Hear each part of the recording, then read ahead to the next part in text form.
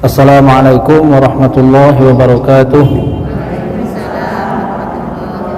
Bismillahirrahmanirrahim. Alhamdulillahirabbil alamin. Alhamdulillahilladzi sadaqana wa'dah wa awrathana al-ardha natabawwa'u minal jannati haitsu nasha' fa ni'ma ajrul 'amilin. Asyhadu an la ilaha illallah wahdahu la syarika lah wa asyhadu anna sayyidana wa maulana Muhammadan 'abduhu wa rasuluh la nabiyya wa la rasula ba'dah, amma ba'd. Ibu sekalian, jamaah Majlis Ta'lim yang dirahmati Allah Subhanahu wa taala, bersyukur kita kepada Allah atas limpahan nikmat yang diberikan kepada kita semuanya, sehingga pada siang hari ini, pada hari yang mulia yakni hari Jumat, kita bersama-sama bisa hadir kembali dalam majelis ilmu, dalam majelis ta'lim yang sudah menjadi rutinitas kita semuanya, yang alhamdulillah telah berjalan majelis ta'lim ini lebih daripada 4 tahun. Mudah-mudahan Allah Subhanahu wa taala memberikan kita semuanya istiqomah sehingga kita tergolong kepada orang yang senantiasa menjadi orang yang menuntut ilmu sampai akhir hayat kita. Amin ya rabbal alamin. Mudah-mudahan juga dengan keberkahan daripada majelis ilmu, semua perkara-perkara yang menjadi urusan kita semuanya yang baik-baik akan Allah berikan kemudahan, dan bagi yang sakit semoga Allah berikan kesehatan, bagi keluarganya yang sakit semoga segera Allah berikan kesembuhan, dan Allah akan memudahkan semua urusan kita semuanya. Amin ya rabbal alamin. Sampai pada hari ini kita akan masuk pada kitab yang baru atau bab yang baru, yakni Kitabul Haji wal Umrah. Kita akan membahas kitab tentang haji dan umrah dalam kitab Taqriratus Sadidah fil Masailil Mufidah. Dalam mempelajari kitab haji dan umrah ini, Ibu sekalian, saya sendiri sebenarnya berpikiran untuk menyerahkan pembahasan bab ini kepada yang lain, karena dalam bab haji dan umroh ini seyogianya disampaikan oleh orang yang sudah berhaji dan umroh. Akan tetapi ternyata kesulitan juga, saya sudah mencari beberapa yang bersedia dan bisa menjelaskannya. Akhirnya semoga Allah memberi keberkahan dengan kita mempelajari haji dan umroh ini. Mudah-mudahan dengan ilmu ini Allah berikan kita kesempatan untuk menunaikan ibadah haji dan umroh, karena semua aktivitas amal ibadah itu mesti didahului dengan ilmu. Maka hari ini kita mempelajari ilmunya juga, mempelajari ilmunya dulu, baru kemudian kita berhaji. Nah, saya sendiri belum haji dan belum pernah umroh. Doain Bu ya, supaya cepat haji dan umroh dengan keberkahan majelis taklim kita ini, dan kita pelajari ilmunya. Nah, meskipun kita semua belum haji, umroh barangkali sudah ada yang sebagian sudah haji, umroh. Nah, alhamdulillah. Nah, tapi meskipun belum, bagi yang belum, kita pelajari ilmunya dulu supaya pada saatnya nanti kita sudah paham ya, memahami ilmunya. Bismillahirrahmanirrahim. Mik kita mulai reseh. Tes. Mau jadi ikat terus ini. Ada ikatnya. Oh.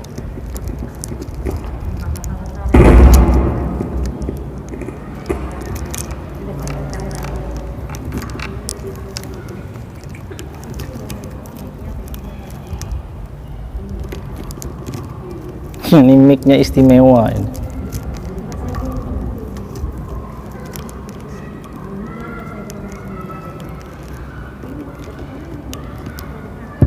Tes. Ada.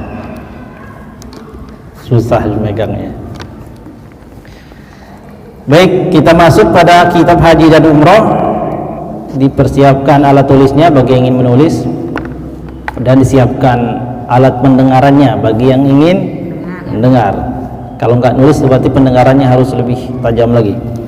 Bismillahirrahmanirrahim. Qala al-muallif rahimahullahu ta'ala, nafa'anallahu bihi wa bi'ulumihi fid dharain amin. Kitabul Haji wal Umrah. Ini kitab, yakni pembahasan mengenai haji dan umroh. Ta'riful haji lughatan. Pengertian haji secara bahasa adalah al-qasdu, artinya menyengaja. Jadi secara bahasa haji itu artinya menyengaja.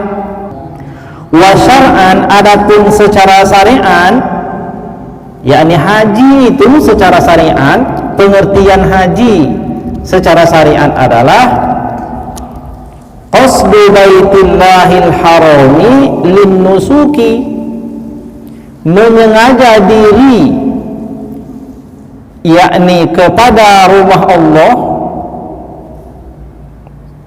al-haram, yakni baitillahil haram, maksudnya adalah Ka'bah al-Musyarrafah, linnusuki, untuk tujuan ibadah. Jadi yang dimaksud dengan haji secara istilah adalah menyengajakan diri pergi ke Baitullahil Haram dengan tujuan untuk beribadah. Itu namanya haji. Jadi kalau orang-orang ditanya, "Ibu, rukun Islam kita apa? Berapa?" Ada 5. Rukun Islam yang kelima apa? Haji ke Baitullah bila mampu. Haji itu apa, Bu? Ada yang tanya. Haji itu menyengaja diri berangkat pergi menuju Baitullah, tujuannya untuk ibadah. Jadi barangkali ada orang-orang yang sudah haji, atau barangkali ada orang yang sudah mendaftar untuk menjadi jamaah haji. Ingat, tujuan haji itu ibadah, bukan untuk membanggakan diri. Jadi jangan sampai salah niat. Kenapa? Karena kalau kita berangkat haji tapi tujuannya bukan karena Allah, bukan ibadah, tapi untuk menunjukkan kepada orang lain bahwa dirinya mampu berhaji, maka hajinya itu haji yang rusak. Mana rusak adalah haji yang bukan diperuntukkan untuk Allah. Maka dia tidak tergolong kepada haji yang mabrur. Jadi semua perkara ibadah-ibadah ditujukan kepada Allah. Haji itu tujuannya untuk ibadah. Maka haji harus diniatkan ikhlas kepada Allah. Itu haji. Paham Ibu ya? Paham. Sekarang umroh. Ta'riful umroh lughatan. Pengertian umroh secara bahasa. Apa pengertian umroh secara bahasa? Az-ziyarah. Umroh secara bahasa artinya adalah berkunjung. Berkunjung. Wa syar'an, adapun secara syariat, umroh itu adalah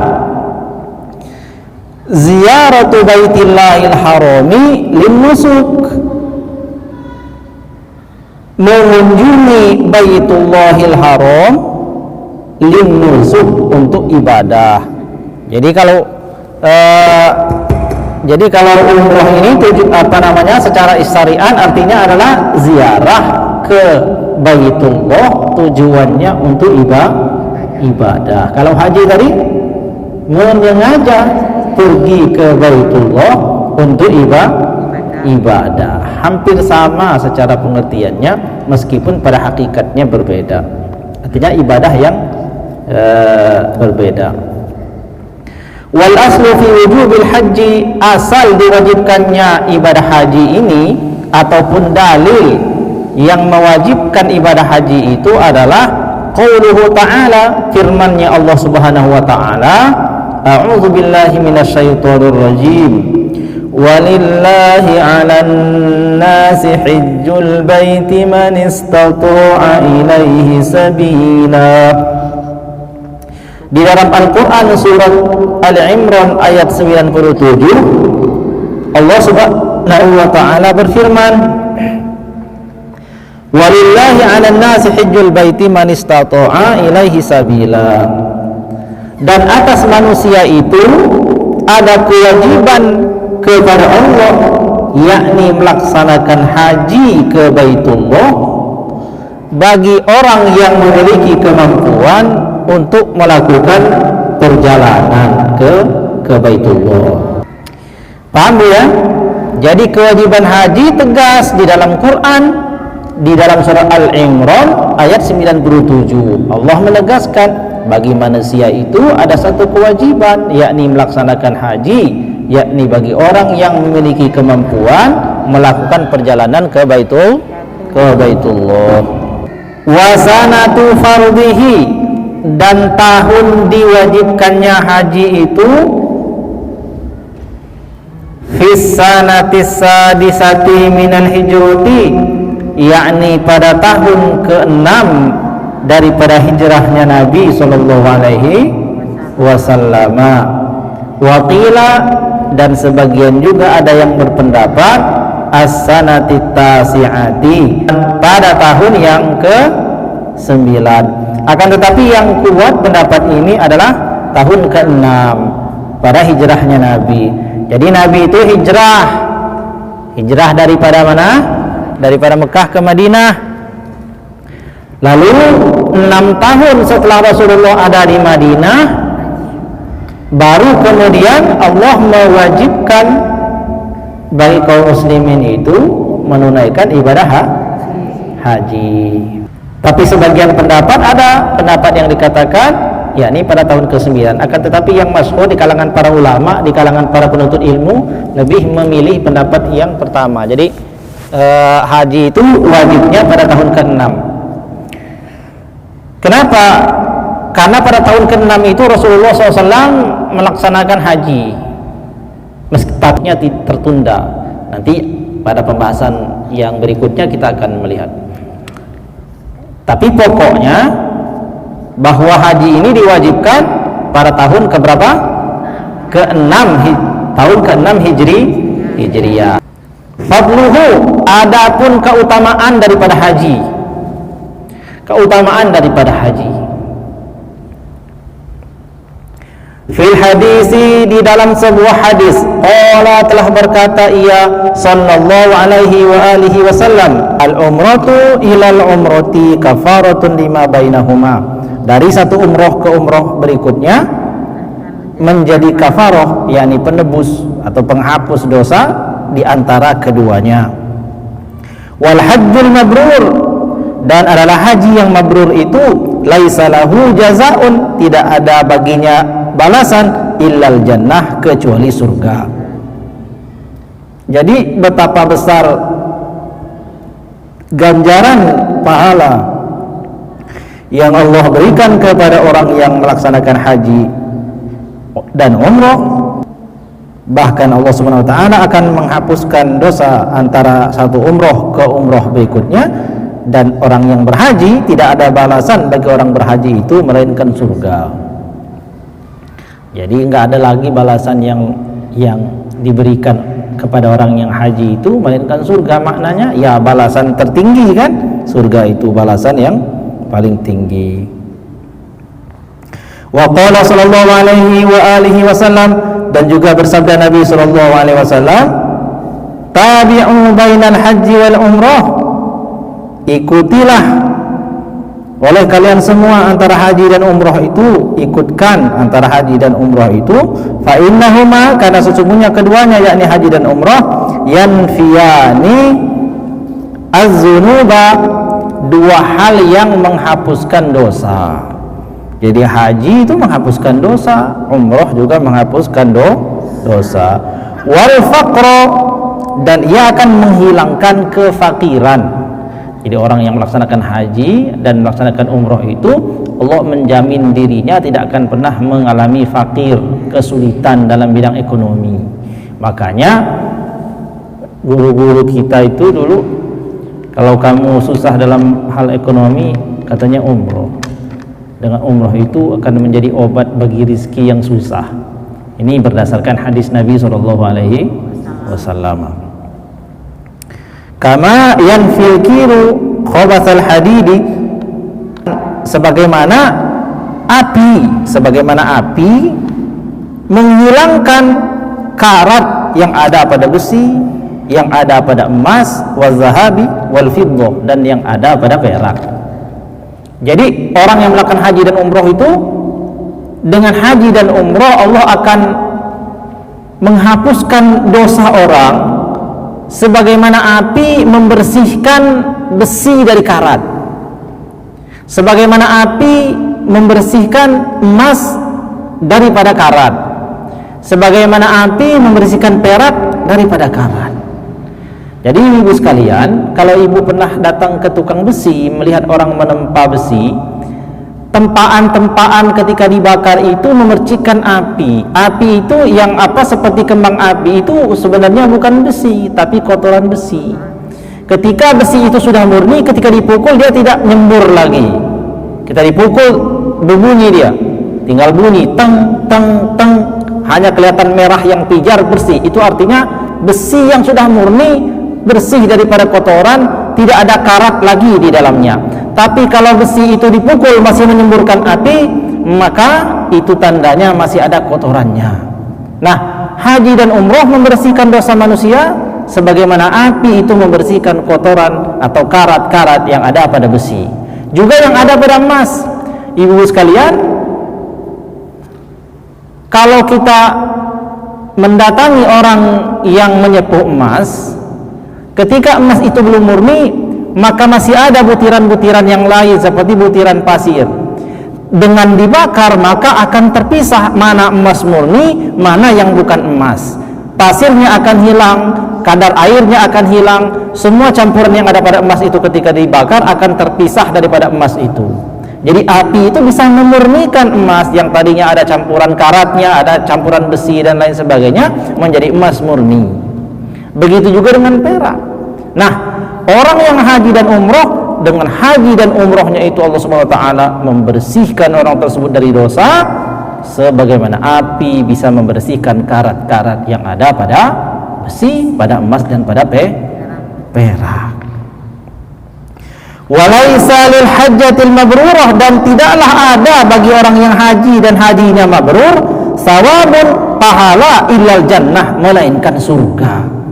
Artinya tidak ada lagi pahala yang diberikan bagi orang yang haji melainkan surga. Maknanya adalah pahala tertinggilah yang diberikan kepada orang yang haji dan umroh, yakni akan diganjar kepada surga. Yakni haji yang mabrur dan umroh yang mabrurah atau maqbulah, yang diterima. Nah, ini yang dikatakan ini adalah hadis Nabi yang pertama tadi, hadis yang diriwayatkan oleh Imam Al-Bukhari. Dari satu umroh ke umroh yang lain menjadi penebus dosa antara keduanya. Wal hajjul mabrur laisa lahul jazaa'u ilal jannah, dan haji yang mabrur tidak ada baginya balasan melainkan surga. Itu hadis riwayat Imam Al-Bukhari, juga diriwayatkan oleh Imam Muslim. Adapun yang kedua adalah hadis yang diriwayatkan oleh akhrajahu Tirmizi, diriwayatkan oleh Imam At-Tirmizi wa Ibnu Majah dan Imam Ibnu Majah wa Imam Ahmad dan Imam Ahmad. Artinya ini hadis-hadis yang kuat, yang hadis yang sahih, yang menjelaskan tentang keutamaannya. Wa qala sallallahu alaihi wasallam, dan juga Nabi sallallahu alaihi wasallam telah bersabda, man hajja hadzal baita, barang siapa yang berhaji di rumah ini, makna di rumah ini adalah di Ka'bah atau Baitullahil Haram, falam yarfas, dan dia tidak melakukan dosa, dia tidak berkata-kata kotor dalam melaksanakan haji atau umrohnya itu, dia benar. Walam yafsuq, dia tidak berbuat fasik, dia tidak melakukan dosa di dalamnya. Raja'a waladathu ummuhu, sebagaimana ia baru dilahirkan daripada perut ibunya.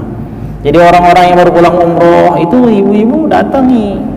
Kita datang mendatangi orang yang baru umroh itu bukan untuk minta oleh-olehnya, bukan. Itu yang pertamanya adalah minta doanya, karena dia adalah orang yang sudah dibersihkan daripada dosa, dan dia termasuk orang yang makbul dalam berdoa. Jadi ketika ibu-ibu datang mendatangi kawannya habis umroh itu, yang ditanya, mana oleh-olehnya, jeng, itu bukan, tapi salaman, lalu kemudian minta didoa.